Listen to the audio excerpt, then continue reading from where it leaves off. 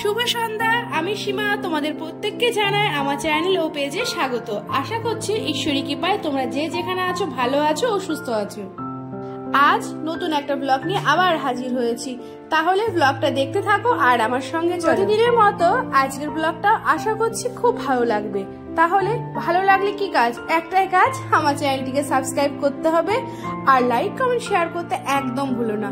Comment কেন করবে না, অবশ্যই কমেন্ট করবে। কমেন্ট না করলে আমাদের মতো যারা ছোট্ট ভিডিও ক্রিয়েটর তাদেরকে উৎসাহ বাড়ে। আজ আছে বোনের বউ ভাত, সেখানেই যাচ্ছি, সপরিবারে যাচ্ছি। না না না না, সপরিবারে না, বাবা যাচ্ছে না, ভাই বেরিয়ে গেল আর এবার মা নামছে।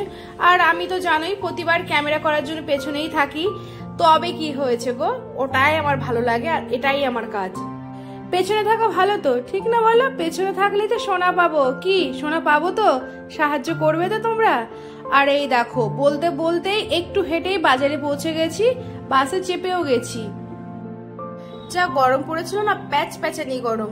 প্রথমে ভেবেছিলাম পার্লার থেকে লোক আনবো, তারপরে ভাবলাম না, লেহেঙ্গা পরার দিন যখন পার্লার থেকে সাজিনি, তাহলে আজকে আর সাজবো না। তারপরে আমি আমার মতো করে সাধারণ সেজে নিলাম। একটু মেকআপ, তাও তো মেকআপটা চড়া করিনি। দেখে বলবে কই করনি, আরে এইগুলো তো ফোনের যুগ, ফোনের কাজ, আমি কিন্তু মেকআপ চড়া করিনি। সে যাই হোক, বাসে বসে গেছি, সিটটা একদম পেছনে পেয়েছি, কোনো সমস্যা নেই। এই তো সামনে তেহট্ট, বাস এখন ছেড়ে দিয়েছে। আর এই দেখো, বললাম না খুবই কাছে, 9:15-তে ছেড়েছিল, পৌঁছে গেছি গো। এবার দাঁড়িয়ে আছি সকল বৌদিদের সাথে। জানি না সামনে কি করছে না করছে, এখনো যেতে বলেনি, যাবো না, দাঁড়িয়ে। জানো তো ভীষণ ভালো লাগে এই শুট করে, তারপরে সারাদিন কাজ করে একটু ফাঁকা যে সময়টা হয় তখন এডিটিং করে তোমাদের সাথে শেয়ার করতে। তারপরে যখন খুব ভালো ভালো কমেন্ট পাই, সত্যি মনটা খুব ভরে যায়। এই দেখো, আর অন্য গল্প করছি না, এই চলে এসেছি মেন গেটে। এবার প্রবেশ করব, সকলেই প্রবেশ করবে, আমাকে দেখবে না, আমাকে পরেই দেখবে তোমরা। আজ আবার আমার ক্যামেরাম্যান নেই, ওই যে তোমাদের দাদা, ও তো চলে গেছে, ও ডিউটি আছে।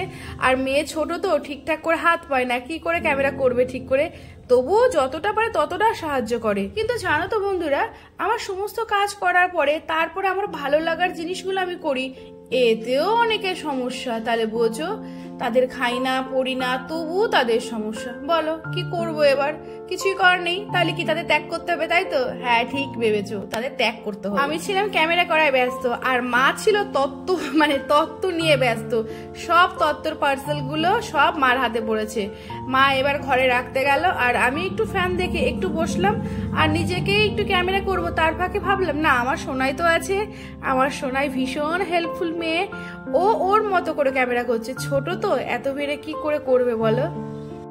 আর এসে দেখি এলাকার যাদের নিমন্ত্রণ ছিল তাদের খাওয়া দাওয়া কমপ্লিট হয়নি। বেশ ভালোই ভিড় গো, অল্প জায়গা, গরমের মধ্যে একটু চেয়ার পেয়েছি, বসে দখল করে বসে থাকলাম।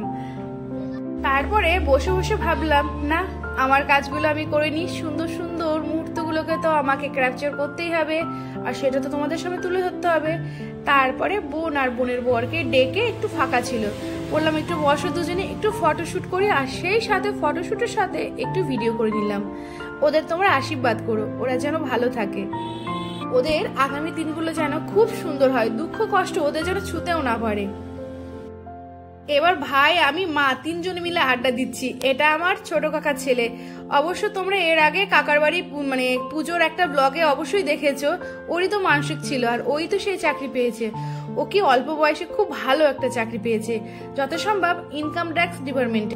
এদিকে কিন্তু টিফিন দেওয়া শুরু হয়ে গেছে। আমার মেয়ে দুটো টিফিন নিয়েছে, একটা ওর জন্য, একটা ওর মার জন্য। ও জানে ওর মার একটা কাজ ক্যামেরা করা, ঠিক ক্যামেরা করছে, কিন্তু দু এক সময় না খুব রেগেও যায়। এই একা বসেছিল, রেগে গেছিল। আর এই দেখো টিফিন দেওয়া হয়ে গেছে, আর এই দেখো টিফিনে কি কি দিয়েছে একটু দেখে নাও।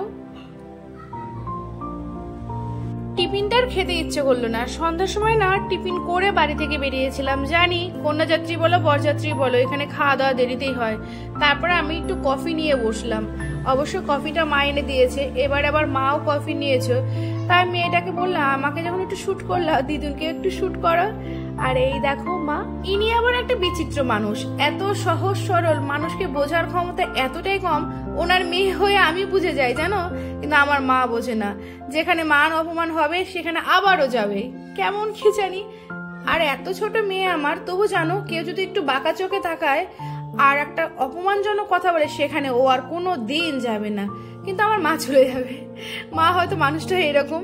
আর এই যে দেখছো, এটা আমার বড় বৌদি, ইনি কিন্তু ফলোয়ারও আমার, বিশ্বস্ত ফলোয়ার। আর এই দেখো, শুট করার সময় একটু মুখটা ঘুরে গেল, কিন্তু দেখার সময় কিন্তু খুব দেখতে ইচ্ছে করবে। আর এই জনকে আমি গায়ে মানে বিয়ের দিন রাত্রে কম শুট করা হয়েছে। আসল কথা কি বলতো, বিয়ের দিন রাত্রে শুটটা তোমাদের দাদা করেছিল, এই কারণে আমি ঠিকঠাক করে রাতের সিনগুলো এন্ট্রি করতে পারিনি। আমি নিজে ভালো শুট করি, সত্যি কথা গো, আমার কাজটা তাহলে আমি গুছিয়ে করতে পারি। আর এই বৌদিকে তোমরা চেনো, জানো তো আমাদের বাড়ির আবার বৌদিগুলো ভীষণ ভালো। এইরকম দেখেছো, বৌদি ননদের মধ্যে চুলাচুলি হয়, আমাদের আবার বৌদি ননদের মধ্যে চুলাচুলি নাই, বোনদের মধ্যে যত হিংসা বোনরা। আর এখন দেখছো এটাও একটা বৌদি, আর পাশে কাকিমার বাড়িতে তো একটা ব্লগ করেছি। আর মোটামুটি তোমরা যারা প্রতিদিন ব্লগ দেখো তারা সবাই চিনে গেছো কিছু বিশেষ মানুষকে। আর এইটা হচ্ছে আমার দাদার ছেলে। বললাম বাবা একটু আয়, একটু ক্যামেরা করি, আমি তো তোর পিমনি বল। এরপরে একটু দেখলাম যেই ভিড় কমেছে, লাইন দিয়েছিলাম, বেশি রাতে না খাবো না, তবু 11টা বাজে এখন বসে পড়েছি সবাই মিলে। বাপরে বাপ, ভীষণ গরম লাগছিল জানো তো, গরমের কারণে শান্তি নেই। আমার সবচেয়ে বিয়ের দিনে মানে শীতের মধ্যে বিয়েগুলোই ভালো লাগে, কি শান্তি। আমার বিয়ে হয়েছিল শীতকালে, কিন্তু খাওয়ার টেবিলে না ভালো একটু জায়গা পেয়েছিলাম, ভাবলাম ওখানে ক্যামেরাটা সেট করে একটু ভিডিও করতে পারবো, ভালোই হবে, তোমাদের সবকিছুই শেয়ার করতে পারবো। ভালো লাগে গো, আমার ভিডিও সাজাতে খুব ভালো লাগে। আর এই দেখো, এটা হচ্ছে মেনু কার্ড। খাবার তো পড়ে গেছে, আর কি বকবক করলে আর ক্যামেরা করলে হবে, এবার তো খেতে হবে তাই না, খিদেও তো পেয়েছে, 11টা তো পার হয়ে গেল বললাম না। আর এই দেখো, সেই নিজে ক্যামেরা করতে গিয়ে ওস্তাদি করতে গিয়ে মাথাটাই কেটে ফেলেছি। হয় নাকি তাই, কেউ না ধরে দিলে হয় বলো?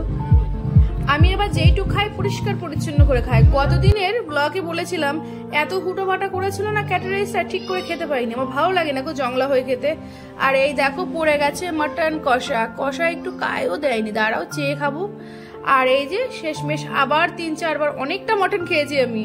খাওয়ার পরে চাটনি পাঁপড় পড়েছে, আর কাই আর ভাত একটু রেখে দিয়েছি, পরে ওই একটু চাটনি খাওয়ার পরে মুখটা মিষ্টি হবে না, তখন ভালো লাগবে না, লাস্টে ওটা দিয়ে মানে ঝাল খেয়ে মুখটাকে আবার শুদ্ধকরণ করবো।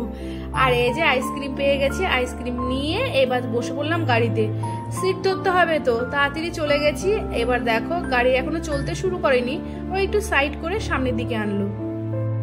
দেখ কত আশা করে এসেছিলাম কন্যাযাত্রী, ভাবলাম একটু নাচ গান হবে, একটু নাচ টাচ করবো, মা কেউ নাচ করলো না, কিছুই হলো না। ভালো লাগে বিয়ে বাড়ি মানে তো নাচের জায়গা, একটু নাচানাচি হবে তবেই তো ভালো লাগে। তারপর আর কি করবো, গান হচ্ছিল, আমার মেয়ে আর আমি একটু গুনগুন করছিলাম। আর আমার মেয়েটার না একটু শরীর খারাপ করছিল, আর আমার মেয়ে জানো তো বেশি রাতে খেতে পারে না, আর বিয়ে বাড়ির তেল মশলা খেতে ওর একটু ভালো লাগে না। ও ঠিকঠাক কিচ্ছু খায়নি, শুধু ডাল দিয়ে ভাত খেয়েছে, এমনকি আইসক্রিমটাও খায়নি। যাই হোক, খুব একটা আনন্দ করলাম তা না, কিন্তু বিয়েতে আনন্দ করেছিলাম, সবাই মিলে নাচ গান হয়েছিল, মস্তি হয়েছিল। কিন্তু যা হয়েছে অনেকটা, যে যেটুক পায় না তাকে সেইটুকুই সন্তুষ্ট থাকতে হয়, তাই আমি সেইটুকুই গ্রহণ করে নিয়েছি আর নিজেকে আনন্দ রাখি। তারপরে গাড়ি ছেড়ে দিল, আর দেখতে দেখতে বাড়ি পৌঁছে গেলাম, একদম আমাদের বাড়ির সামনেই নামিয়ে দিল। ভালোই হলো, হাঁটতে হলো না। অনেকটা রাত হয়েছে, 12:30টার বেশি, প্রায় 1টা বেজে আসলো। আর ব্লগটাও কন্টিনিউ করছি না, তাহলে টাটা, বাই বাই।